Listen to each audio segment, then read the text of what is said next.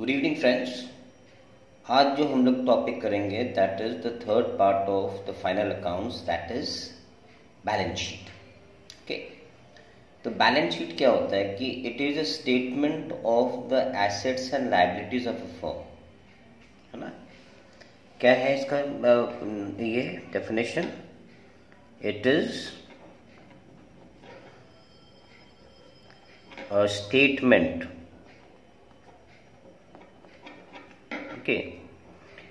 containing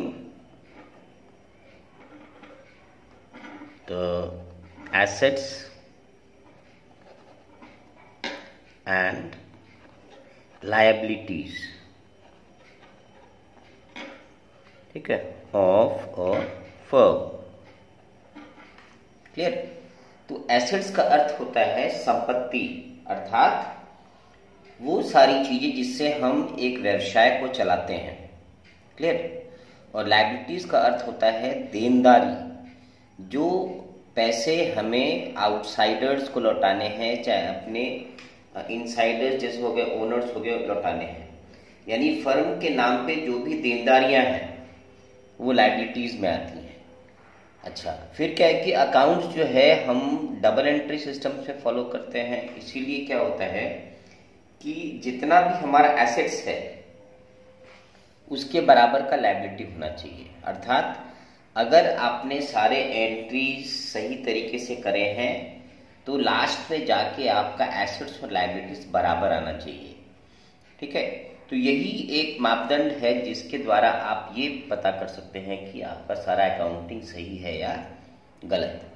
तो पहले videos में हमने किया था ट्रेडिंग अकाउंट, उसके बाद किया था प्रॉफिट एंड लॉस अकाउंट, और तीसरा ये है बैलेंस शीट। ओके, अब एक एक करके जानेंगे कि क्या क्या होते हैं एसेट्स में और लायबिलिटीज में। क्लियर? तो देखिए, पहले अपने लायबिलिटीज पकड़ते हैं। लायबिलिटीज में सबसे पहला जो आइटम हम लोग लिखते हैं that is called capital. Capital क्या है?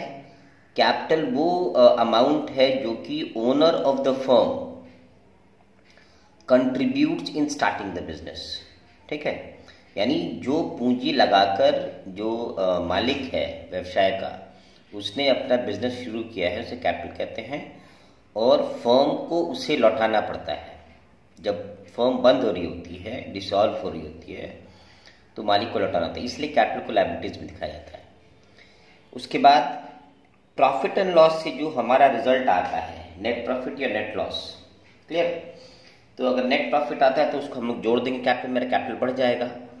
मान लो आपने कैपिटल लगाया था 2 लाख रुपए और आपको पूरे साल में प्रॉफिट हो रहा है 30,000 रुपए, तो अब आपका नया कैपिटल कितना हो जाएगा? 2,30,000। तो profits needs to be added and losses needs to be deducted from the capital. Profit होगा तो आपका कैपिटल बढ़ेगा और लॉस होगा तो आपका कैपिटल घटेगा। अच्छा, इससे अगर साल के दौरान पार्टनर ने कुछ पैसे निकाले हैं तो उसे हम लोग कहते हैं ड्रॉइंग्स।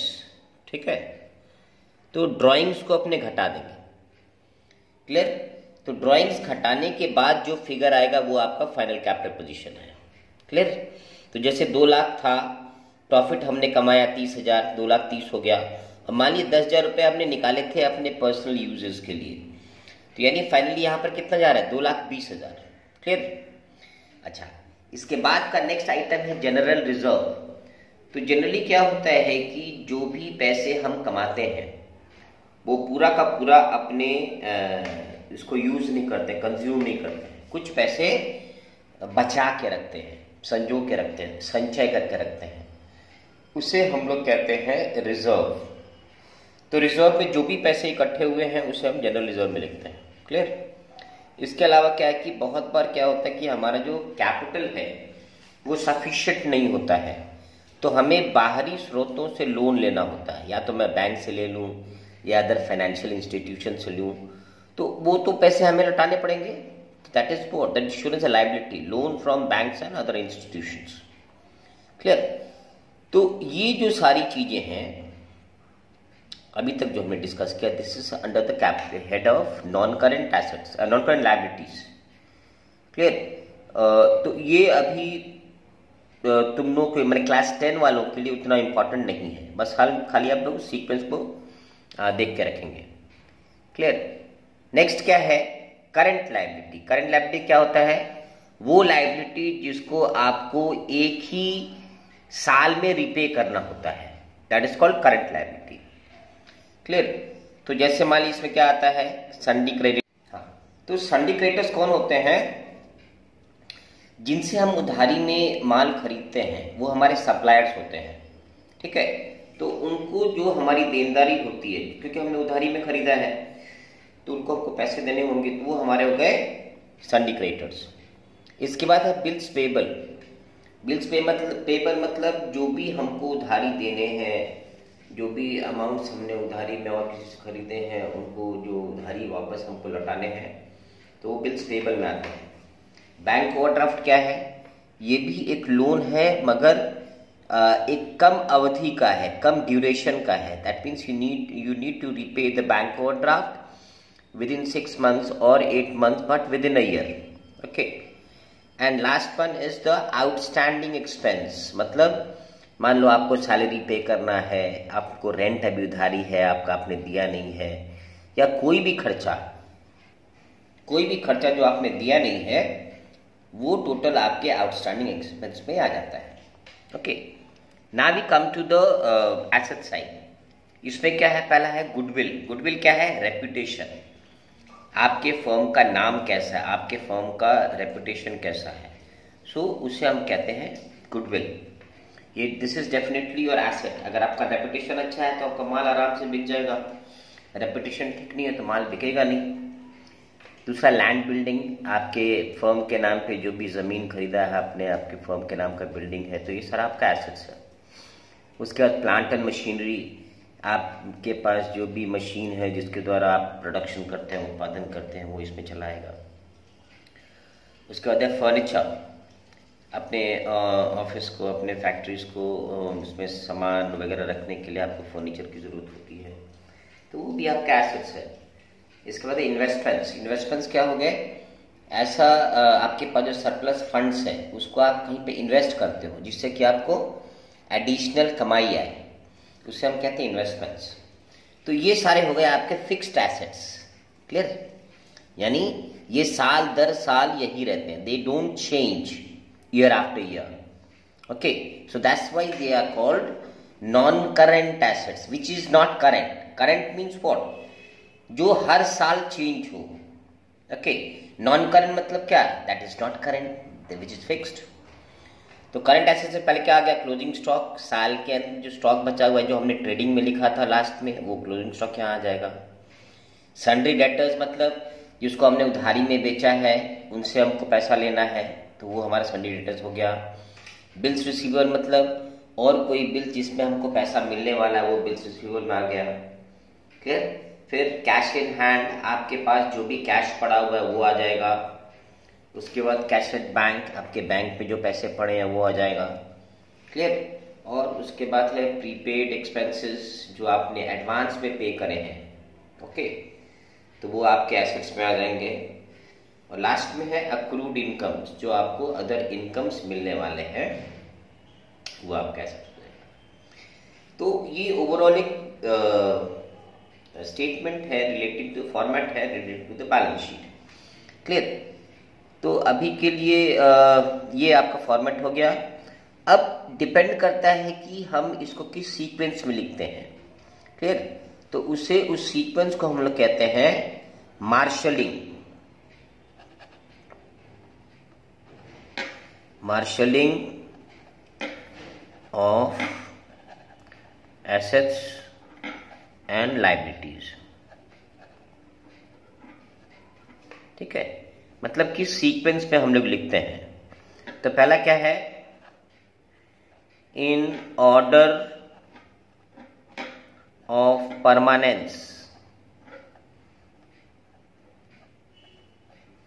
ठीक है, यानी अगर आप पहले नॉन करेंट चीजें लिखते हैं, एसेट्स लिखते हैं, चाहे लायबिलिटीज लिखते हैं, और बाद में करंट लिखते हैं, तो ये क्या है?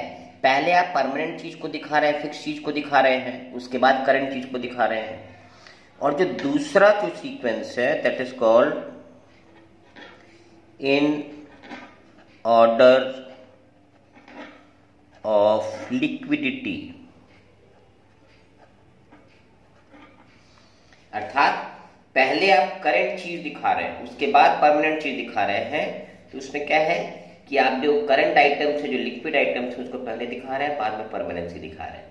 ठीक है, तो ये हो गया एक idea relating to the balance sheet. So let's do one sums now. चलिए देखिए यहाँ पे 8 नंबर सवाल देखिए, प्रिपरेशन ऑफ बैलेंस शीट। ठीक है, गुडविल है, कैपिटल है, लायबिलिटीज फॉर एक्सपेंसेस है, कैश इन हैंड है, इन्वेस्टमेंट है, बिल्स पेबल है। तो इस तरीके से आपको सारे डिटेल्स दिए होंगे और आपने इस सवाल को सॉल्व करना है। ठीक है, so let's start the sums. तो पहला गुडविल है। गुडविल कहाँ आता है? This comes in the asset side. Clear? तो इसको अब यहां पर हम लिखेंगे। तो सबसे पहले हमको क्या दिया हुआ? गुडविल दिया हुआ है। तो गुडविल हमारा कितना है यहाँ पे?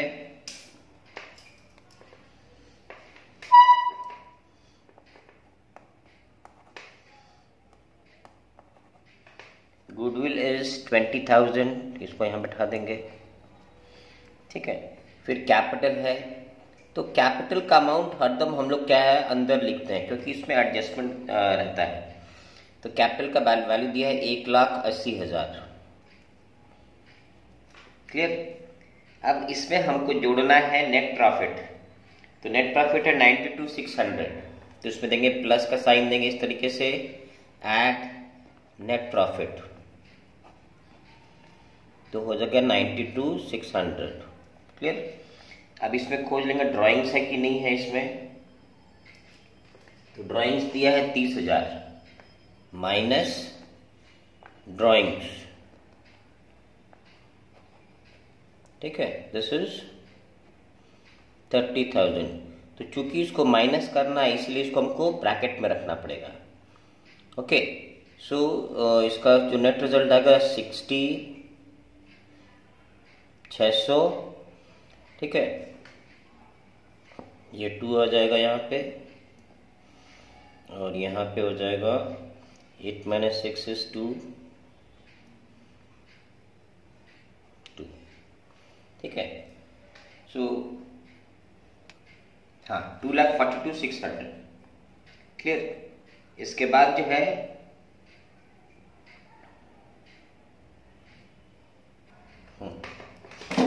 फिर इसके बाद लिख लेंगे, जैसे थोड़ा सा दूरी पे यहाँ लिख लेंगे हम लोग। Next item is liability for expenses, current liability. यहाँ पे लिखेंगे लायबिलिटी फॉर एक्सपेंसेस। ठीक है, ये कितना रुपया है यहाँ पे? 1,200 रुपये। इसके बाद है कैश इन हैंड। तो यहाँ पे करंट एसेट्स लिख लेंगे।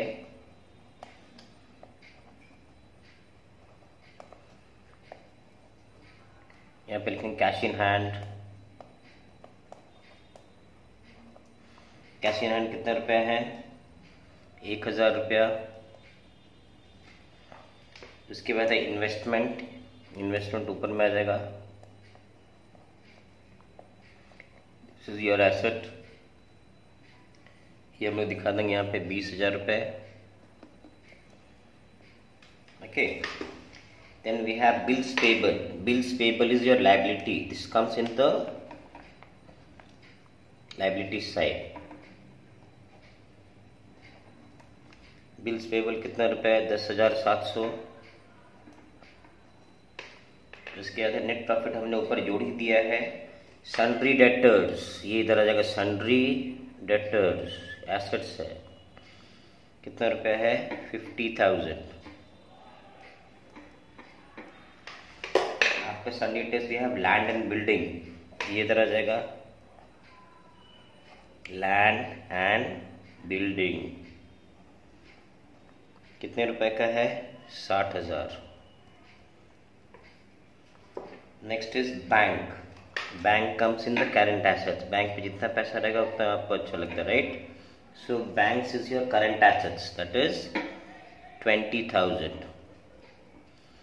बैंक के बाद है sundry creditors 60,000। Sundry creditors 63,000। सन्डी creditors के बाद है बिल्स रिसीवेबल, ये हो गया आपका current assets. Bills receivable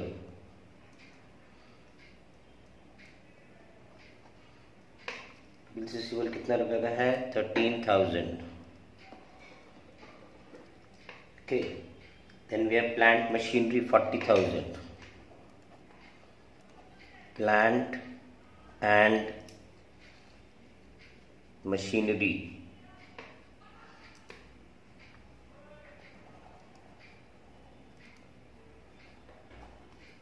40,000। Okay, plant machinery के बाद है प्रोविजन फॉर बैड डेट्स। ठीक है, तो प्रोविजन भी एक तरीके का लाइबिलिटी होता है, उसको हम लोग यहाँ दिखा देंगे। प्रोविजन फॉर बैड डेट्स, ठीक है, दिस अमाउंट्स टू 2,500। उसके बाद है क्लोजिंग स्टॉक। क्लोजिंग स्टॉक कितना रुपए है? 80,000 रुपये है। ठीक है, फिर है फर्नीचर।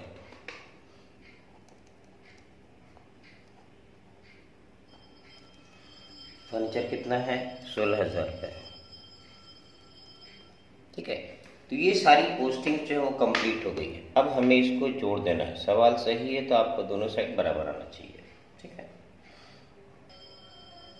तो इसका टोटल आया है 3,20,000। ठीक है, तो इसको लिख लेंगे हम 3,20,000 रुपये।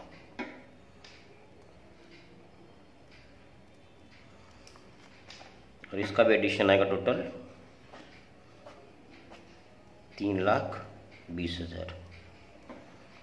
ठीक है, तो ये है idea relating to the balance sheet.